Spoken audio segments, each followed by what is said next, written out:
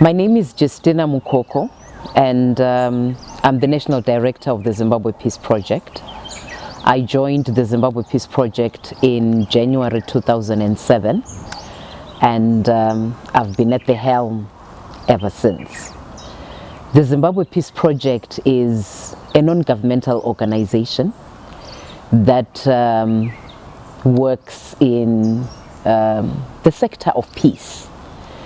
But what we have elected to do as an organization in terms of our contributing to sustainable peace in Zimbabwe is that we monitor and document human rights violations, or what people could call the breaches of peace, and that's where our thrust is. And we operate through a network of monitors who are community-based. They are men and women who are human rights defenders in their own right and who are concerned about human rights violations in the areas where they live. And as an organization, from those reports that we get from these concerned Zimbabweans, we are able to produce what we call a monthly monitoring report.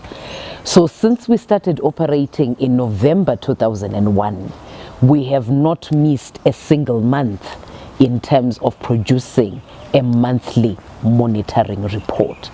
And that allows us to analyze trends and patterns in Zimbabwe with regards to human rights violations and the general human rights situation in the country. Contribution basically looking at the mandate that the organization has is that we monitor and document around the breaches of peace where people are not upholding the principles of peace, and we speak out about that. I think the thrust of the organization is that we name and shame perpetrators in terms of human rights violations. And I think we do that in our monthly monitoring report, where we do not hesitate once we have verified cases that are reported to us. We will actually name the perpetrators of human rights violations, because we believe that they are the people who are disturbing the peace of others. What we have recognized in the past is that when people are named and shamed with things like human rights violations, it's not always the case, but in some instances we find that the perpetrators of those violations desist from the practice. But at the same time, we also do this so that the affected communities know the individuals in their communities if those individuals have perpetrated violence against other people. Because we believe that in terms of us to be able to build peace in Zimbabwe, we have a Bill of Rights in the Constitution. And once that Bill of Rights is respected to the letter and the spirit that it is presented in, we are confident that we will actually be talking about progressing towards sustainable peace in Zimbabwe. But there are also communities where we have identified that there are issues happening in those communities, and we have peace building initiatives that we are implementing in those particular areas. So that's our contribution in terms of building peace in Zimbabwe.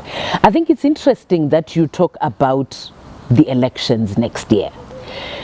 We are also actually watching the environment closely because we do not want a repeat of 2008 and prior years to 2008. I know a lot of people will say the 2013 elections were peaceful. Yes, they were peaceful in the sense that we did not have people who were maimed. We did not have people who lost limb.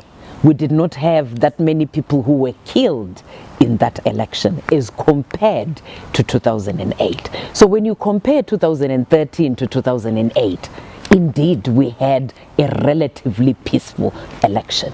But I think Zimbabweans need to notice and also be aware that the strategy that was used against citizens in the election in 2013 were the more subtle forms of violence or human rights violations. When I'm talking about subtle forms of violence, I'm talking about where probably just the mouth is used to intimidate and threaten people.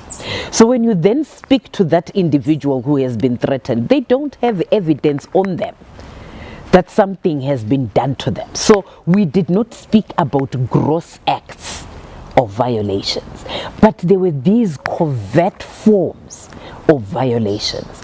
And I think the difference with where you have somebody being maimed or being injured because of human rights violations, in the case of the covert forms, there is nothing on my body that shows. But deep down, I know what I have been told by the perpetrator. And at times it actually sticks with me for a longer period, more than someone who has got an injury on their arm. Because once that injury has been attended to by a doctor, it might actually be dealt with. But when you have someone who has been threatened with unspecified action, but in some instances people were being told that if you don't do this, you know what we did to people in 2008. And people know the images from 2008, and no one really wanted to experience that type of treatment from anyone. So that is the difference that we are at. I think as the Zimbabwe Peace Project, we are saying going to 2018, let's have zero tolerance to political violence. Let us respect the rights of the next individual, because zero tolerance will mean that we will not even have incidences of intimidation and harassment where people are internally affected by what they are told.